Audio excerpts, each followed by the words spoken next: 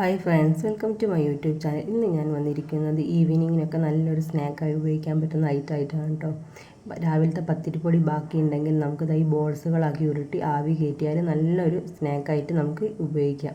ഇത് രണ്ട് വിധത്തിൽ ചെയ്യാം കേട്ടോ. മധുരത്തിലും ചെയ്യാം, എരിവിലും ചെയ്യാം.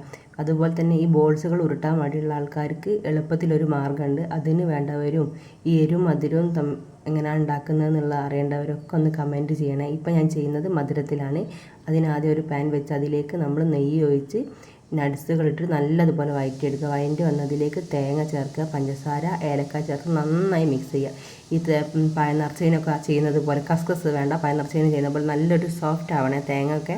അത് ആയി വന്നതിലേക്ക് നമ്മൾ ഈ ഉരുട്ടി വെച്ച ബോൾസ് ഇട്ടിട്ട് നല്ലതുപോലെ ഒരു 10-15 മിനിറ്റ് അതിൽ പിടിക്കണം. അപ്പോഴേ ഉള്ളൂ ആ മധുരം കയ്യിലേക്ക് ഇറങ്ങുള്ളൂ, നല്ലൊരു ഫ്ലേവർ വരുള്ളൂ. പൊടിക്ക് ചെയ്ത് കഴിഞ്ഞാൽ മക്കൾക്കൊക്കെ നല്ല ടേസ്റ്റിൽ കഴിക്കാൻ പറ്റുന്ന ഒരു നല്ലൊരു സ്നാക്കാണ് ഇത്. ഇഷ്ടപ്പെട്ടവർ കമൻറ്റ് ചെയ്യാനും ലൈക്ക് ചെയ്യാനും സബ്സ്ക്രൈബ് ചെയ്യാനും മറക്കല്ലേ. ബായ്.